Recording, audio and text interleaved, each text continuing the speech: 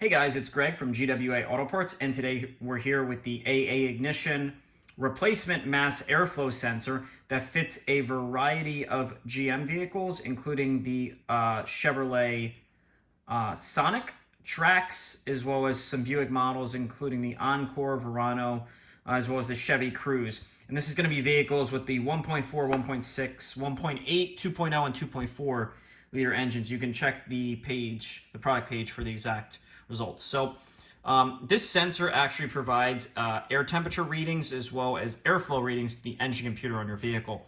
The installation is pretty straightforward on this. You're going to remove the two factory screws that hold the factory sensor in place, unplug the electrical connector, and install this sensor in its place.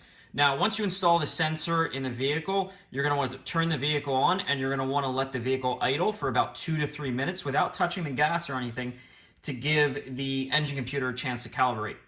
Now, if you guys have any questions about this sensor, if it fits your vehicle, or anything to do with installation, please feel free to reach out to us. We'd be glad to help.